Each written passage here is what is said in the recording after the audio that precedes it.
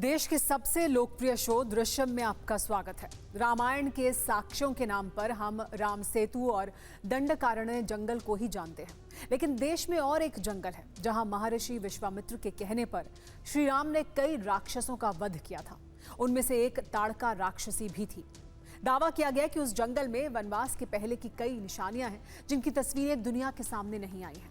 इसकी पहली वजह थी बाघों का खौफ, वो पूरा इलाका खूंखार बाघों से भरा पड़ा है। और दूसरी वजह थी ताड़का की माया। कहते हैं कि उस जंगल में ताड़का की मायावी शक्ति आज भी जिंदा है, जिसकी चपेट में आने के बाद इंसान भ्रम का शिकार हो जाता है और वापसी की राह भूलकर बियाबान में गुम हो जाता है। हमने इस चुनौती को स्वीकार किया और उन साक्ष्यों को दुनिया के सामने ले आए, लेकिन एक कसक के साथ।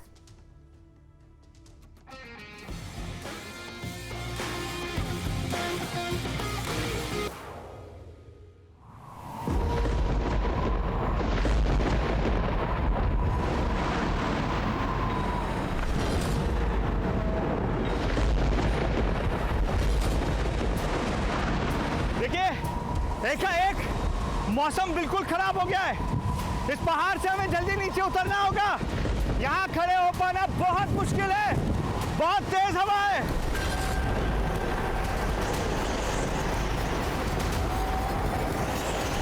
पेड़ों से दूर रहना, बिजली गिर रही है। आगे लो, बादल, बिजली गिर रही है, भागो। यहाँ किस कदर अंधेरा हो चुका है। अगर मैं ये लाइट हटा दूं तो देखिए आपको कुछ नजर नहीं आएगा। तेज बारिश और वज्रपात यानी बिजली गिर रही है।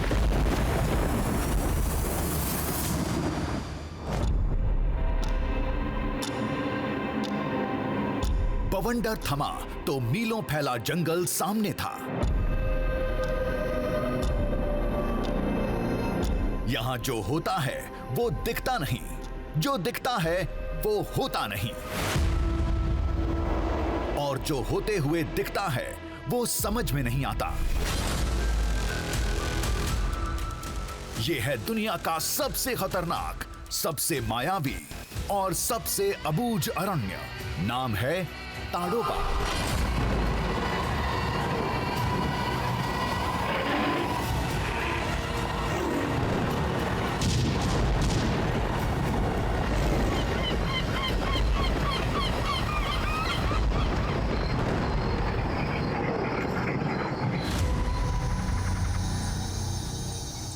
ये महज जंगल नहीं, एक माया नगरी थी, रामायण काल की। उस समय की जब विश्वामित्र के साथ श्री राम ने यहां से दैत्यों को मिटाया था। मायावी राक्षसी ताड़का का वध किया था। ताड़का नहीं रही, लेकिन कहते हैं उसकी माया आज भी इस जंगल में जिंदा है। ये ताड़का का जंगल है, यहाँ आज भी ताड़का के निशान हैं। वहाँ से गुजरते हुए कभी कभी रात के समय में हम वहाँ रुके भी, आवाज आ रहा है और टाइगर नहीं दिख रहा है। और वो ताड़का सुकर उधर वध किया, उसका नाम क्या पड़ा है? ताड़ोबा।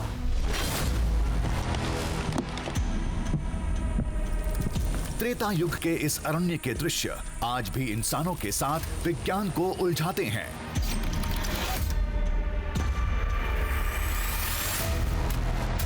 एक कुंड है जो श्री राम के रंग में आज भी नीला है। नीला पानी का ऐसा एक ये है कि भगवान राम जी जब आए थे उन्होंने वहाँ स्नान किए थे, तो तब तो वो नीले थे, तो पानी नीला हो गया है। पेड़, जानवरों और इंसानों के जीवाश्म हैं जो ताड़का की माया से पत्थर बन गए थे। ताड़का में एक ऐसी मायावी शक्ति थी जो हर चीज को पत्थर में बदल देती थी। सबसे हैरत अंगेज साक्ष्य है एक मंदिर, इंसानी बस्तियों से दूर जंगल के सबसे बियाबान इलाके में, जिसे श्री राम ने अपने हाथों से बनाया था।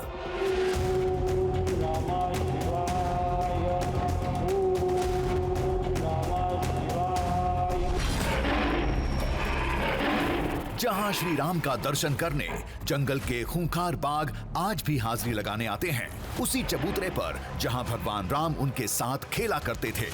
भागा था, दर्शन करता, वो शिव जी का दर्शन करता है। और हनुमान जी का दर्शन करता हूँ, बाद में निकल जाता हूँ।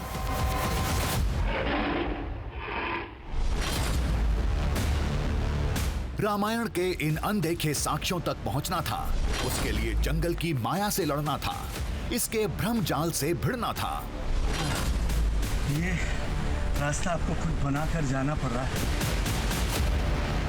जंगल के चक्रव्यूह को भेद कर, बाघों के सुरक्षा कवच को चकमा देकर रामायण काल के दैत्यों की माया नगरी से खोज कर ला रहे हैं हम रामायण के बाल कांड की सुनी सुनाई कथा के अनदेखे, अनजाने और अविश्वसनीय दृश्य।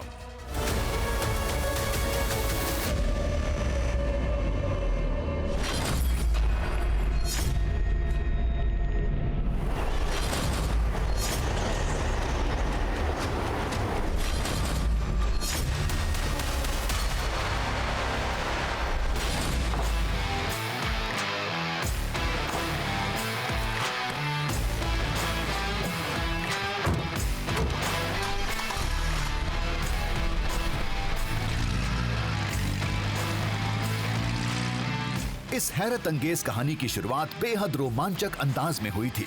जंगल की सफारी जीप हमें मंजिल की तरफ ले जा रही थी।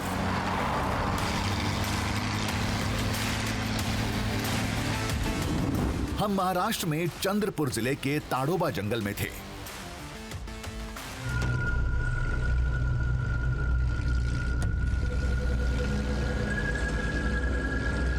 सफर के पड़ाव भी किसी पहेली से कम नहीं थे।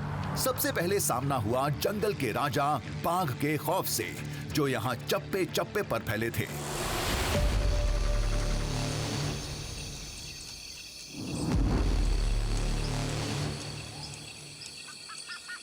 लिहाजा चौकस निगाहों से कोर जोन की तरफ बढ़ते जा रहे थे।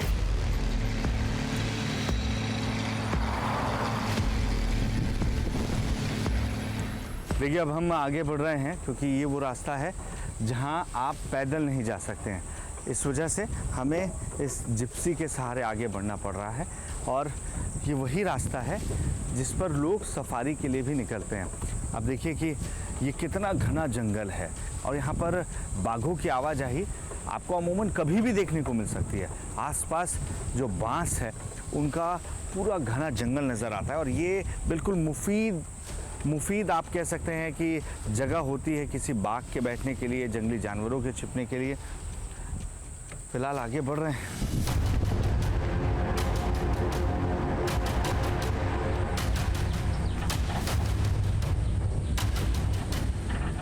हमें कोर जोन से भी आगे जाना था, मतलब वो इलाका जहां चंद वन अधिकारियों और कर्मचारियों के सिवाय कोई नहीं जाता। जंगल प्रशासन की विशेष अनुमति के साथ हम जंगल की आखिरी इंसानी सीमा पार करने वाले थे। तभी इन चिन्हों ने हमें आगे की चेतावनी जारी कर दी, जिसने हमें फिर से याद दिलाया कि हम शक्तिशाली और खूंखार बाघों के इलाके में थे। देखिए, जो चीज़ मेरा ध्यान खींच रही है वो ये पेड़ है। पेड़ पर देखिए, ये 3 निशान आपको दिख रहे हैं। ये दरअसल नाखून के निशान है। जब कोई टाइगर मार्किंग के लिए निकलता है तो वो इस तरीके से निशान बनाता जाता है अपने टेरिटरी में, अपने इलाके में। ये तकरीबन नीचे से आप देखिए, नीचे से पेड़ देखिए और ऊपर की ओर देखिए, ये 7 से 8 फीट की ऊंचाई पर है। इससे आप अंदाज़ा लगाइए कि कोई टाइगर कितना बड़ा हो सकता है।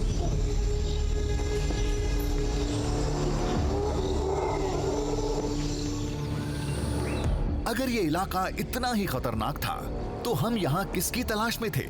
इस जंगल में क्या करने आए थे? तो चलिए आपको ये वजह भी बता देते हैं।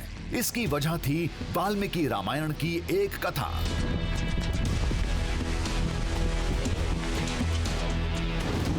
ये कहानी उस समय की है जब श्री राम और लक्ष्मण महर्षि विश्वामित्र के साथ पहली बार जंगल गए थे। जो राक्षस ऋषि मुनियों की यज्ञ में बाधा पहुंचाते थे, उनका वध किया, जिसमें सबसे खतरनाक, मायावी और शक्तिशाली राक्षसी थी ताड़का।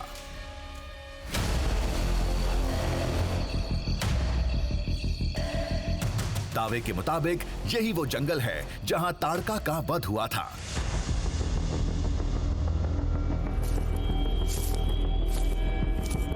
इस दावे का एक आधार भी था और वो था रामचरितमानस में बालकांड का एक दोहा।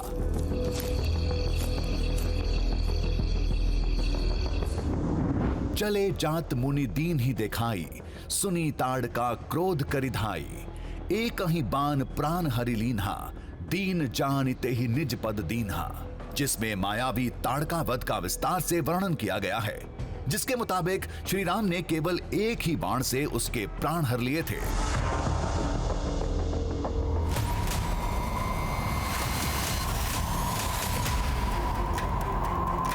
दावे के मुताबिक ये इलाका कभी ताड़का का था, इसलिए आज इसका नाम ताड़ोबा जंगल है। राक्षसों का युग हजारों साल पहले खत्म हो गया, लेकिन मान्यता यही है कि ताड़का की मायावी शक्तियां आज भी जिंदा हैं, जो कदम कदम पर भ्रम पैदा करती हैं। ये ताड़का का जंगल है। यहाँ आज भी ताड़का के निशान हैं। ताड़का में एक ऐसी मायावी शक्ति थी जो हर चीज को पत्थर में बदल देती थी।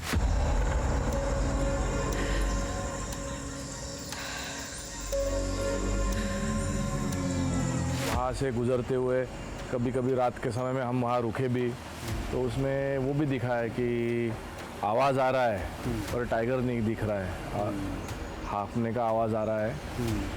मतलब आवाज़ कहाँ से आ रही है पता नहीं लग रहा है, और जिसकी आ रही है वो दिख नहीं रहा है।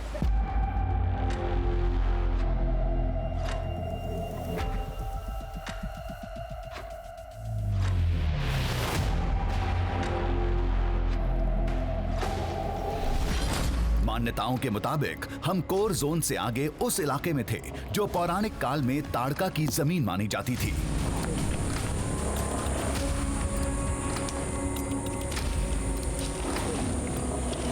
स्थानीय लोगों के मुताबिक बड़े दैत्याकार वृक्ष इसकी पहचान थे। इसकी ऊंचाई का अंदाजा आप ऐसे लगाइए, गिरने के बाद भी इस पेड़ को देख पाना एक बार में बड़ा मुश्किल काम है।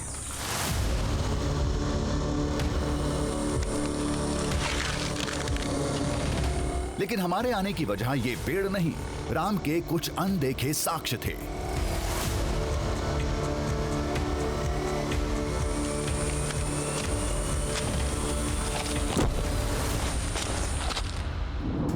दावे के मुताबिक जंगल में एक कुंड है जो श्री राम के रंग से नीली है। कहते हैं ताड़का वध के बाद श्री राम ने उस कुंड में स्नान किया था। उस समय कुंड का पानी सामान्य था, लेकिन श्री राम के डुबकी लगाते ही पानी नीला हो गया।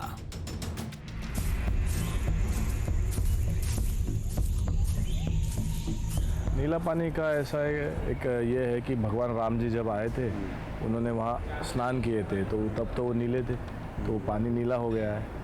और आज भी एक ऐसा है कि वहाँ लोग, गांव के लोग उतरते नहीं नीचे, एक मायावी दुनिया है। क्यों नहीं उतरते? मतलब उसमें स्नान करा तो गांव के लोग तो जाते होंगे ना स्नान? नहीं, वहाँ पे गांव के लोग जाते नहीं है। एक डर है वहाँ पे, एक माया बिछी है ऐसा। आज तक कोई ऐसा जाता नहीं वहाँ पे। जंगल में कुछ पत्थर के पेड़ हैं, पत्थर की मछलियां हैं जो एक जीवाश्म के रूप में आज भी दिखती हैं। दावे के मुताबिक सभी को ताड़का ने अपनी माया से पत्थरों में बदल दिया था। हाँ, वो शक्ति थी कि पत्थर भी बना देती थी, झाड़ को पत्थर बना देती थी, प्राणियों को पत्थर बना देती थी। ऐसा पाया गया है बहुत सी जगह। और खुदाई जब होती जाती है तो और पाते फॉसिल्स के रूप में फिश का फॉसिल मिल रहा है, डायनासोर का फॉसिल मिल रहा है। इसी जगह पे, इसी जंगल्स में। हाँ, इसी जंगल में। और पेड़ को भी पत्थर बना दिया है।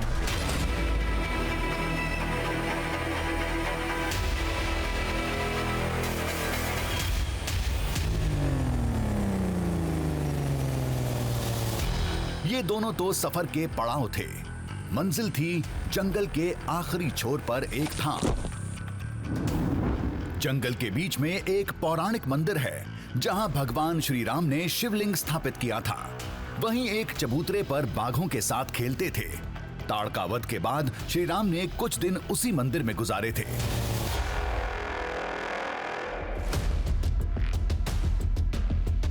कहते हैं भगवान राम के मंदिर के दर्शन करने आज भी जंगल के खूंखार बाघ उसी चबूतरे पर रोज शाम को आते हैं।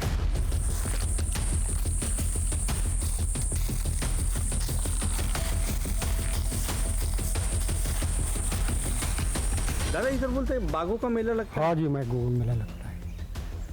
वो मंदिर है ना, मंदिर के बाजू में सामने में ही आते बाघ, पानी है पीछे में, इधर से आते हैं, इधर आ जाते बैठ जाते हैं। कितने बाघ होते हैं? वो तो 4-5 आ जाते हैं, 4-5 4-5 बाघ आते हैं, एक जब का आ जाते। बाघ तो आपस में लड़ते हैं। लड़ते हैं, लेकिन इधर से जंगल वाले आ जाते ना, वो नहीं लड़ते। वो नहीं लड़ते। वहाँ पे मंदिर है, मारुति का मंदिर है, वहाँ पे चौतरा है, वहाँ पे आते खेलते रहते। उसी चबूतरे पर मेला लगता है? वहीं पे मेला लगता है रोज शाम को। आ जाओ देखने के लिए, रुक जाओ ना शाम तक।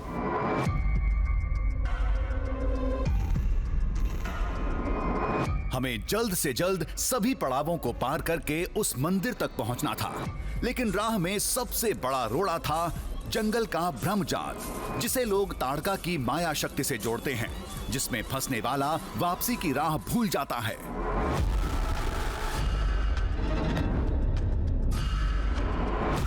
हम सजग होकर बढ़ते जा रहे थे।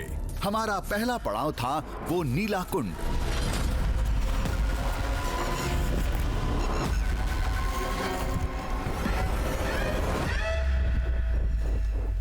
देखिए, ऊपर जंगल है और हम अब उस रास्ते से जा रहे हैं जो पानी के कटाव से बना रास्ता है।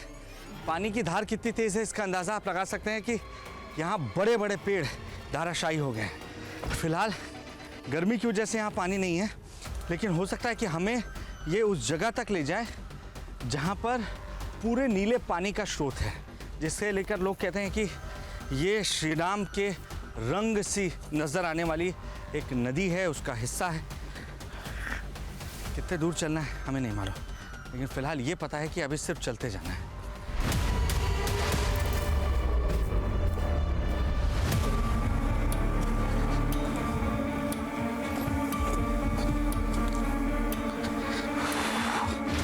पानी का कोई रंग नहीं होता। समुद्र भी सूरज की किरणों की वजह से नीला दिखता है, क्योंकि सागर गहरा और उसका पानी साफ होता है। एक कुंड कितना गहरा होगा, और ठहरे पानी के साफ होने का तो सवाल ही पैदा नहीं होता। ये दावा जरूर मनगढ़ंत होगा।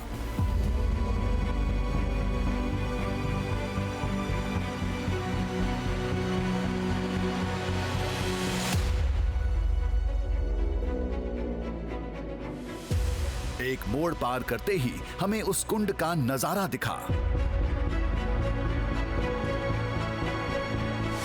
हम भौचक्के थे।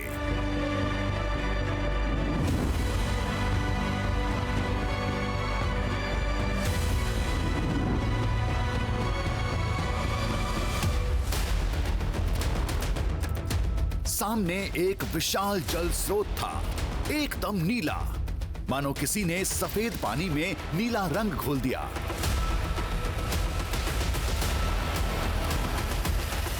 लोगों का दावा सही था। घने जंगल के बीच ये नीला कुंड किसी को भी चौंका सकता था। वाह, मेरा अंदाजा एकदम सही निकला। हम जिस रास्ते के साथ आ रहे थे, पानी का बनाया वो रास्ता हमें सीधे उस जगह पर ले आया है जहां मेरे सामने एक नीले समंदर सा पूरा का पूरा इलाका देखने को मिल रहा है। ये एक ऐसी झील है जो बिल्कुल आपको नीली नजर आ रही है, किसी को भी अपनी ओर खींच सकती है। वाकई ये बेहद शानदार है।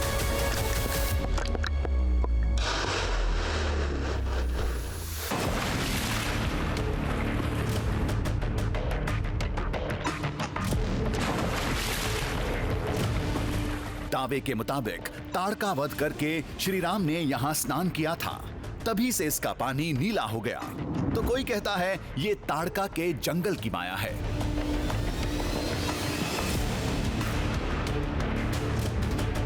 देखिए, अब लोगों का मानना यह है कि आप इस पानी में उतरते ही हैं और इसका स्पर्श करते ही आप पर भी माया का रंग चढ़ जाता है। ये भी हम देखते हैं, ये भी कोशिश करते हैं कि आपको दिखाएं। ये देखिए, पानी में मैंने पैर रखा नहीं कि मैं इतने गहरे में चला गया कि 2 फीट से ज़्यादा की गहराई यहाँ हो गई है।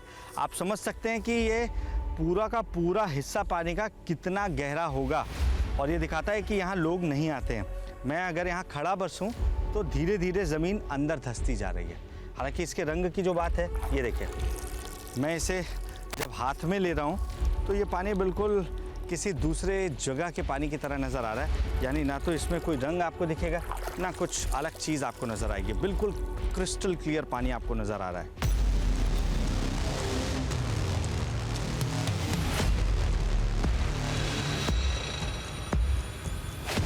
हम पानी में गए। हमारे शरीर का भले ही रंग नहीं बदला, लेकिन स्थानीय लोगों के मन पर इस कुंड का नीला रंग सैकड़ों सालों से चढ़ा हुआ है। उनके लिए महज तालाब नहीं, श्री राम की निशानी थी।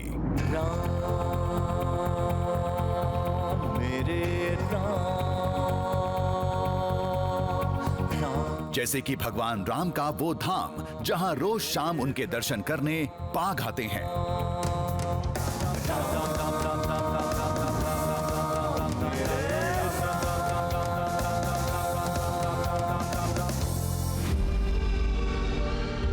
नीले कुंड को पीछे छोड़ हम मंदिर की राह पर थे।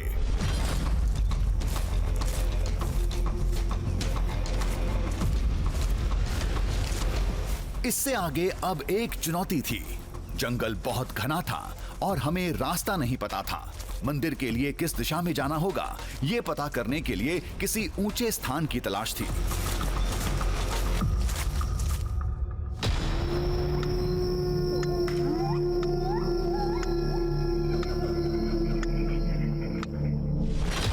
सामने एक पहाड़ दिखा।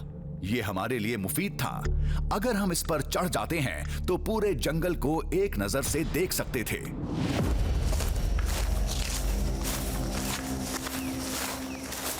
हमने चढ़ाई शुरू कर दी।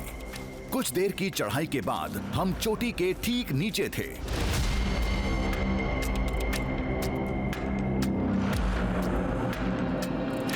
हमारी कोशिश यही है कि हम इस हिस्से की सबसे ऊंची चोटी पर चढ़ सकें, ताकि हमें आसपास का दृश्य साफ तौर पर नजर आए और हम ये तय कर सकें कि हमें किस दिशा में आगे बढ़ना चाहिए। अभी हम आधे रास्ते पे पहुंचे। आसपास घना जंगल आपको नजर आ रहा है, कुछ दिखाई नहीं पड़ेगा, इसलिए और ज़्यादा ज़रूरी हो जाता है कि हम ऊपर की ओर चढ़ें, जिसके लिए हमें ये सफ़र जल्द से जल्द पूरा करना होगा, क्योंकि समय अभी कम है।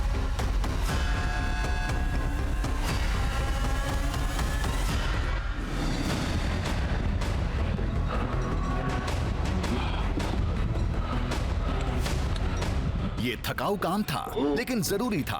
एक बार ऊपर पहुंच गए तो रामायण के अनदेखे साक्ष्यों को खोजने का रास्ता आसान हो सकता था।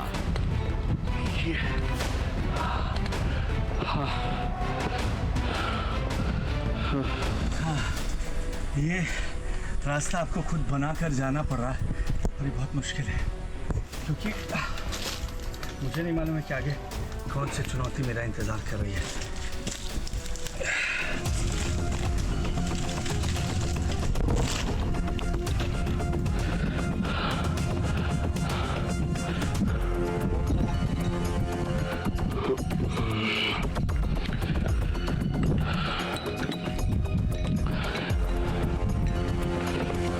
कुछ संघर्ष के बाद हम चोटी पर थे।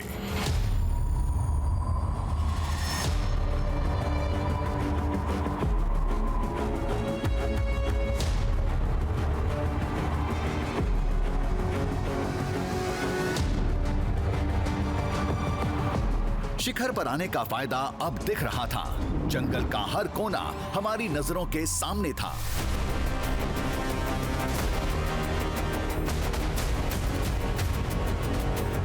मेरे ठीक सामने वो घना जंगल है जिसमें एक दो नहीं बल्कि सैकड़ों बाघ घूमते रहते हैं।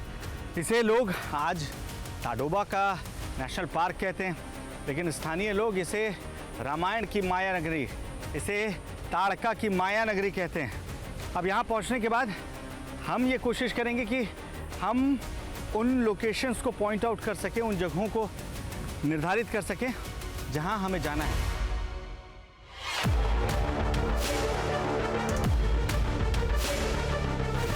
इस इलाके में गूगल मैप फेल था, लिहाजा हमें जानकारी और दिशा के हिसाब से सभी लोकेशन की मार्किंग करनी थी।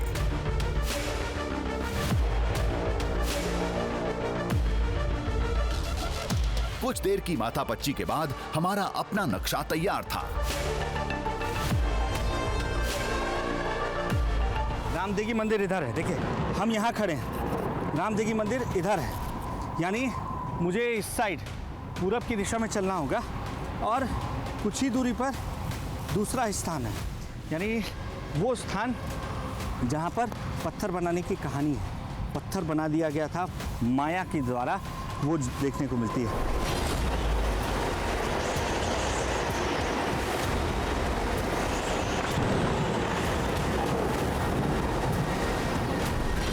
तैयारी पूरी थी, तभी मौसम ने खेल बिगाड़ दिया। आंधी तूफान ने हमें घेर लिया। देखिए एकाएक मौसम बिल्कुल खराब हो गया है। इस पहाड़ से हमें जल्दी नीचे उतरना होगा। यहाँ खड़े हो पाना बहुत मुश्किल है, बहुत तेज हवा है।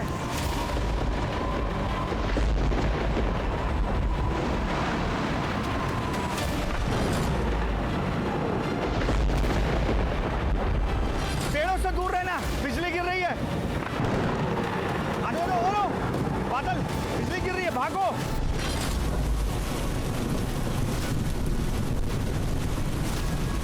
थोड़ी ही देर में अंधेरा छा गया, बिजली कड़कने लगी। बहुत तेज धूप, जहां 2 कदम चलने पर हम पसीने से तरबतर हो जा रहे थे, वहां एकाएक दोपहर में अंधेरा हो गया है। आपको शायद मैं भी ना दिखूं, तेज बारिश और वज्रपात यानी बिजली गिर रही है। आकाशीय बिजली बहुत खतरनाक है, इसलिए हम इस गुफा के पास रुके हुए हैं। हम शिखर पर थे।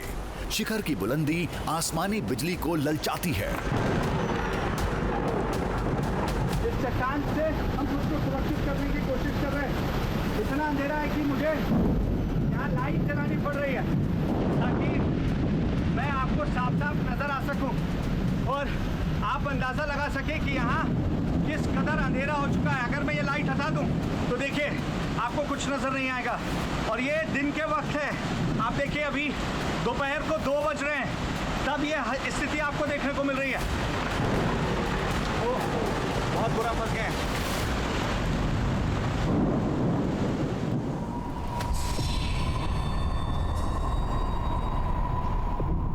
आसमान से बादल छंटते ही हम मंजिल की ओर बढ़ चले थे।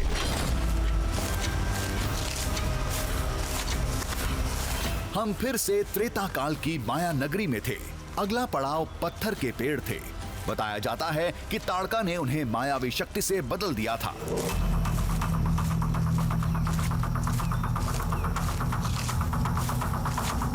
इंसानों के साथ कई जीव जंतु भी इसके शिकार हुए थे, जो अब जीवाश्म के रूप में मिलते हैं।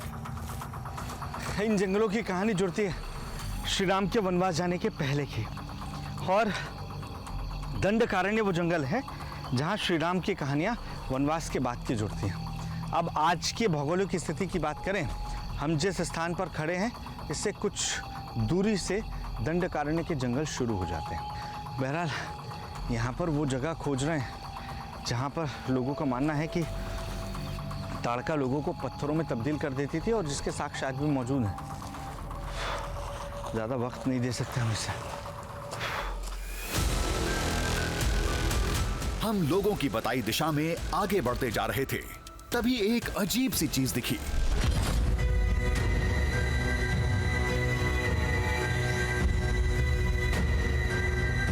जो देखने से लकड़ी की लग रही थी, लेकिन छूने पर पत्थर सा सख्त था। यही वही पत्थर के पेड़ थे जिसकी हमें तलाश थी।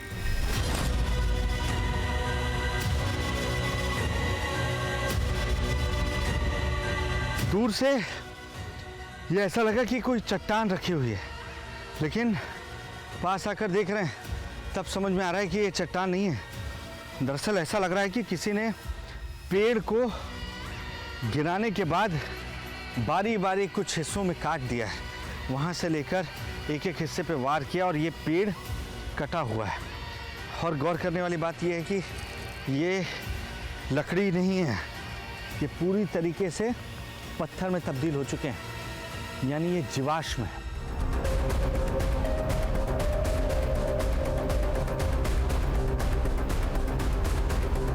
वैज्ञानिक भाषा इसे जीवाश्म का नाम देती है, लेकिन इस जंगल की कहानी पर यकीन करने वालों के लिए ये रामायण के साक्ष्य थे।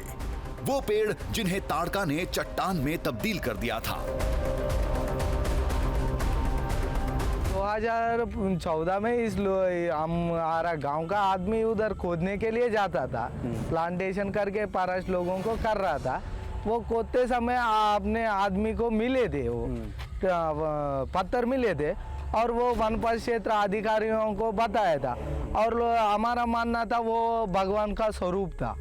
और वो साइंटिस्ट लोग आके इधर वो 25 करोड़ का पहले का पेड़ है करके बताया। 25 करोड़ साल पुराना पेड़ है। ओ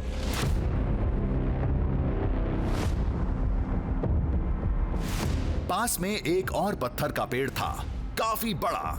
ये भी खुदाई में मिला था। इसी इलाके में डायनासोर के जीवाश्म भी मिले थे, यानी ये इलाका वाकई हजारों साल पुराना था।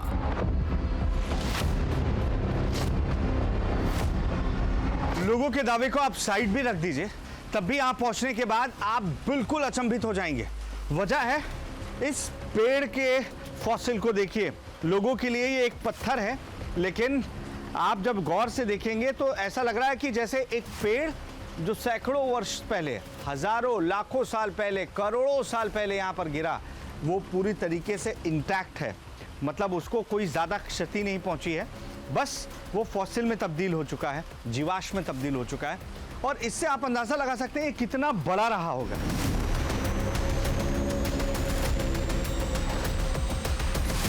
यही मछलियों और दूसरे जीवों के भी जीवाश्म मिले थे, जिन्हें वैज्ञानिक अपने साथ ले गए। कुछ लोगों के लिए ये कुदरत का करिश्मा था, तो कुछ लोगों के लिए ताड़का की मायावी शक्तियों के साक्ष्य।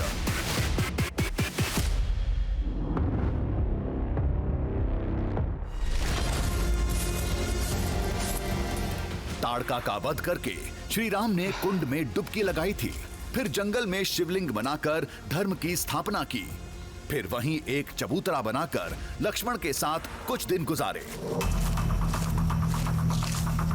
उस समय भी वहां बाघों का घेरा रहता था, जिनसे राम और लक्ष्मण खेला करते थे। हमें यही कहानी सुनाई गई थी। आज वो शिवलिंग एक मंदिर में तब्दील हो चुका है और उस चबूतरे पर आज भी रोज शाम बाघों का मेला लगता है। हम वहीं जा रहे थे, लेकिन हमें लोगों की कहानी पर एतबार नहीं था। बाघ अपनी टेरिटरी में रहता है, अपने इलाके में रहता है, और एक जगह पर तमाम बाघों का इकट्ठा होना लगभग नामुमकिन सी बात है। फिलहाल मंदिर पहुंच जाए।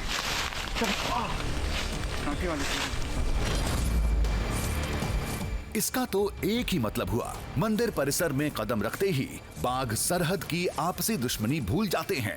क्या ये संभव है? रास्ते में वन विभाग की चौकी मिली। इन लोगों ने भी दावे को सच बताया था। बहुत सारे बाघ आ जाते हैं एक साथ में भी कभी कभी, और यहाँ पे मटका आता है और नयनतारा आती है, और वो बहुत खतरनाक है। वो हाँ, सारे टाइगर खतरनाक है। यहाँ पे खड़े रहना भी मुश्किल हो जाता है। मंदिर बाघ जाता है? हाँ, ये मतलब आपने देखा या कुछ देखा ना, हमने मंदिर में चढ़ते हुए देखा, मंदिर में घुसते हुए देखा, उतरते हुए देखा नीचे। अच्छा। कुछ देर बाद धाम का मुख्य द्वार सामने था।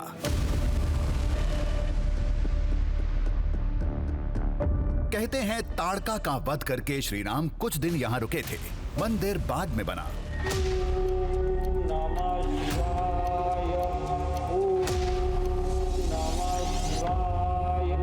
गर्भगृह में मंत्र की आवाज गूंज रही थी। पुजारी अंदर साधना में लीन थे।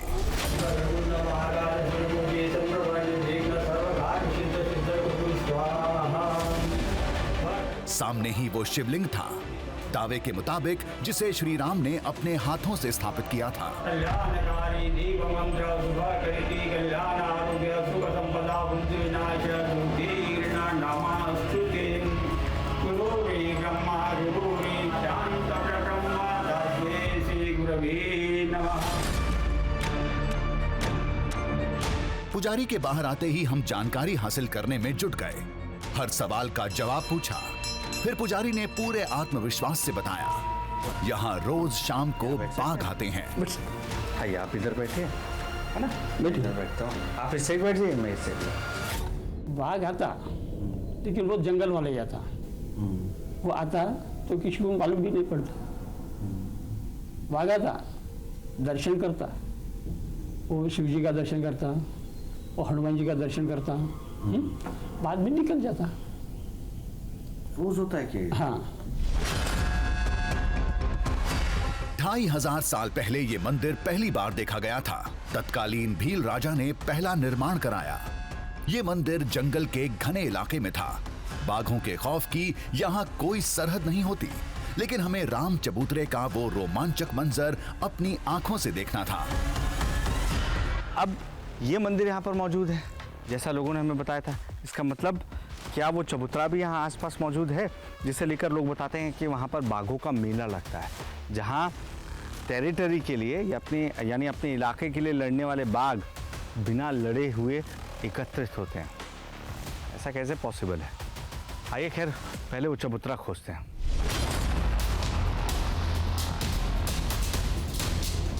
उसे खोजने में ज्यादा वक्त नहीं लगा।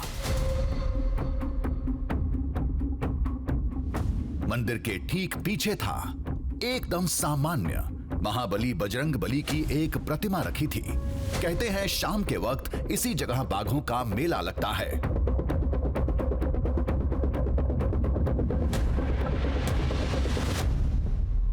हम पहुंच गए। देखिए यहाँ चबूतरा है, हनुमान जी की मूर्ति है, यानी ये वही चबूतरा है जहाँ पर लोगों का मानना है कि बाघों का मेला लगता है। तमाम बाघ जहाँ इकट्ठे होते हैं। एक दिन की बात नहीं है, उनका ये दावा है कि हर रोज़ सुबह या शाम ये दृश्यम लोगों को देखने को मिलता है। फिलहाल ज़्यादा वक्त हमारे पास नहीं है, इसलिए हमें कोई जगह देखनी होगी जहाँ हम बैठ सकें और यहाँ पर हम एक कैमरा फिट करते हैं ताकि हम खुद वो दृश्य देख सकें और आपको दिखा सकें कि क्या ऐसा होता है या ये सिर्फ लोगों के मन का भरोसा है। मंदिर जंगल में है, जंगल बाघों का है। ऐसे में बाघों का यहाँ आना कोई बड़ी बात नहीं, लेकिन रोज आना, एक तय समय पर आना, एक ही जगह आना, ये किसी चमत्कार से कम नहीं। हमें इसकी ही पड़ताल करनी थी।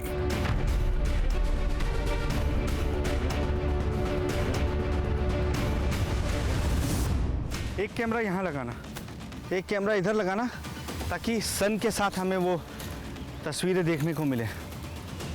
हम उधर बैठते हैं, वहाँ वो इलाका सुरक्षित भी दिख रहा है और वहाँ पर मुझे लगता है कि हमारे लिए खतरा कम है, हम सारी चीज़ें सामने देख पाएंगे।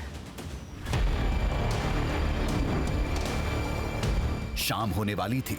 हमने एक कैमरा चबूतरे के सामने लगाया, उसे मोबाइल फोन से कनेक्ट किया।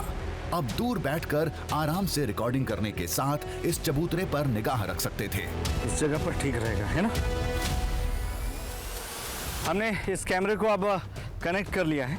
अब देखिए, इस कैमरे पर जो भी विजुअल आपको देखने को मिलेगा, जो भी एक्टिविटी इसके सामने होगी, वो हमें इस मोबाइल पर साफ साफ नज़र आएगी।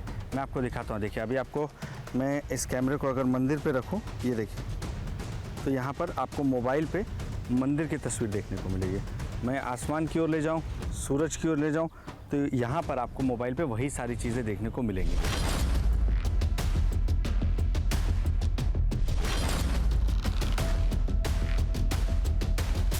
कैमरे को हमने पत्तियों में छुपाया।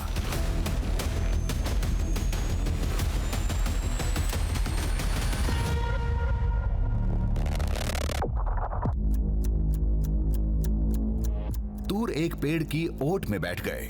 अब आंखों के सामने चबूतरा था और हाथों में कैमरे का कंट्रोल।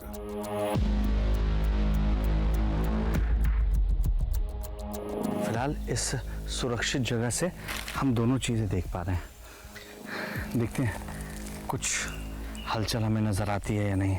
फिलहाल यहाँ पर बैठकर ही इसका इंतज़ार करना होगा।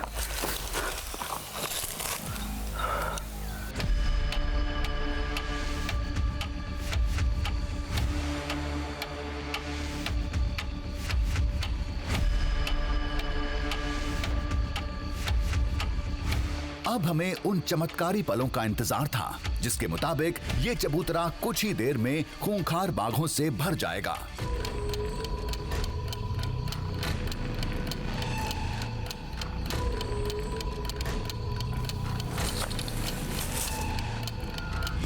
मिनट दर मिनट 1 घंटा गुजर गया, लेकिन कोई हलचल नहीं हुई।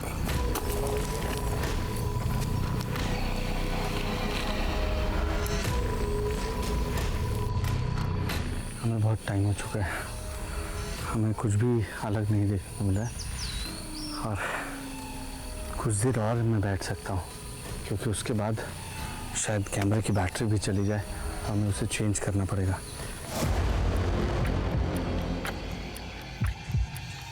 बताया जाता है पहले यहाँ चट्टान थी, बाद में चट्टान पर चबूतरा बन गया।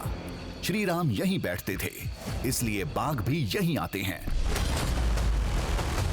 तभी मोबाइल फोन की स्क्रीन पर हलचल हुई। चबूतरे पर 2 बाघ बैठे दिखे, लेकिन सामने तो चबूतरा खाली था। फिर ये लाइव तस्वीरें कहां की थीं?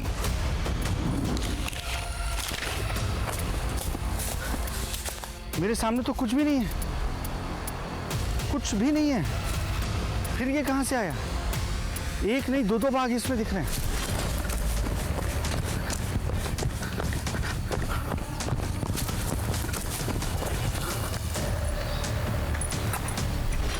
मोबाइल फोन पर बाघों का दिखना जारी था, लेकिन चबूतरा अभी भी खाली था।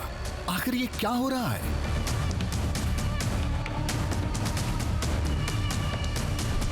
फिर हमने गोप्रो की रिकॉर्डिंग चेक की।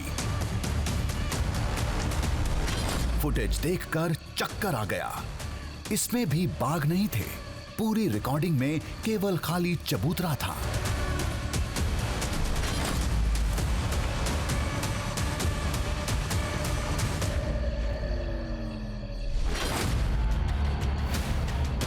दिमाग उलझता जा रहा था जब हमने गोप्रो में रिकॉर्ड हुए वीडियो और मोबाइल फोन के फुटेज को एक साथ देखा। तब ये पहेली सुलझी।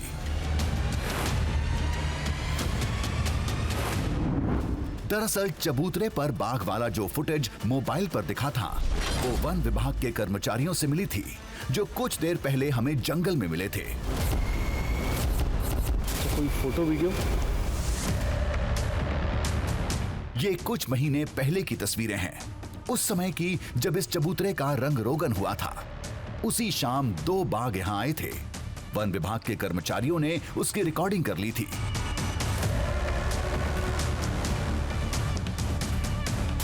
अब दोनों तस्वीरों को एक साथ देखेंगे तो सब समझ में आ जाएगा। दोनों में फर्क है, लेकिन बेहद मामूली। चबूतरे का रंग थोड़ा फीका था और पीछे वाला बोर्ड नहीं था। देखिए, इसमें ये बाघ चढ़ रहा है, इसके पीछे एक बोर्ड है। यहाँ पर कोई बोर्ड है भी नहीं पीछे, यानी मैं सही हूँ। ये वीडियो अभी का नहीं है, ये अभी कैमरे पे नहीं रिकॉर्ड हुआ है, ये पुराना है।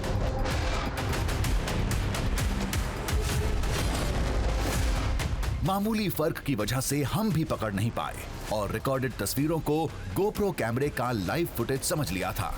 लेकिन एक बात समझ में नहीं आ रही थी। पेड़ की ओट में हमारी निगाह लगातार मोबाइल फोन की स्क्रीन पर थी, जिस पर चबूतरे के सामने लगे गोप्रो कैमरे की लाइव फुटेज दिख रही थी। फिर फोन की मीडिया गैलरी से निकलकर ये पुरानी वीडियो अपने आप कैसे प्ले हो गई? लेकिन मुझे ये नहीं समझ में आ रहा है कि आपके मोबाइल पर जब कोई ऐप चल रहा है जिसे आपने बंद नहीं किया, मोबाइल आपके हाथ में, उस समय गैलरी से ये वीडियो कैसे प्ले हो रहा है? ना तो मैंने वो ऐप बंद किया और उस ऐप के ज़रिए हम ये कैमरा जो देख रहे हैं, इसकी एक्टिविटी को रिकॉर्ड कर रहे थे। और जब वो एक्टिविटी रिकॉर्ड होती है तब दूसरी कोई भी चीज़ आप उसमें ओपन नहीं करेंगे, यानी कोई वीडियो आप उसमें प्ले नहीं कर सकते हैं। फिर एकाएक इसमें ये वीडियो कैसे प्ले हुआ है?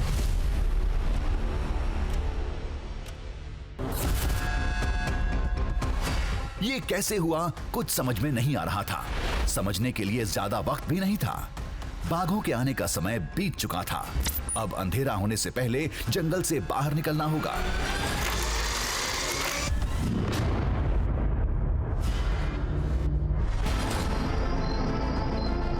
उलझे मन में कई सवाल लिए हम लौट पड़े।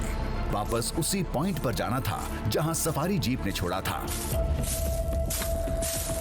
समय कम था। जंगल से बाहर एक कच्चा रास्ता मिला। सामने से एक बाइक आती दिखी। सोचा इनकी मदद लेकर जंगल से जल्दी बाहर निकल जाएंगे। ये 2 लोग हैं, गाड़ी में जगह बेशक नहीं है, लेकिन इनसे रास्ता पूछ सकते हैं। ये शायद हमें बता दें आगे से मदद। अरे एक सेकेंड।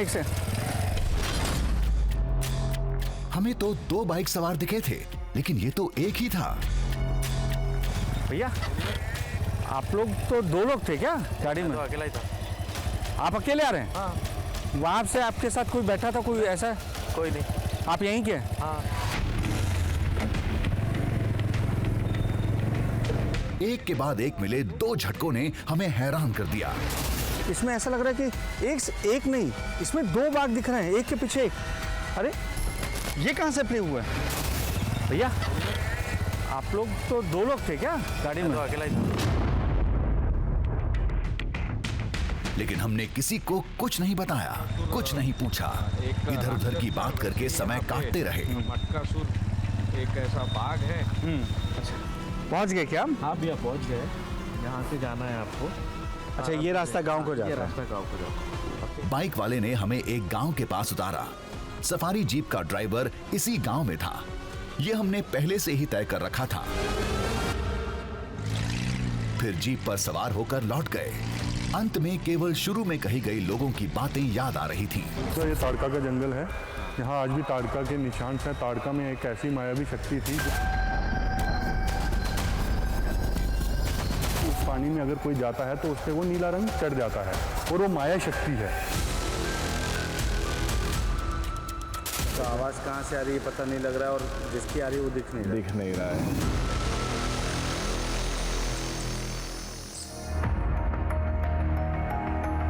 शायद इस जंगल के बारे में सच ही कहा गया था। यहाँ जो होता है वो दिखता नहीं, जो दिखता है वो होता नहीं, और जो होते हुए दिखता है वो समझ में नहीं आता। ये भ्रम ही इस पौराणिक जंगल का दृश्यम था।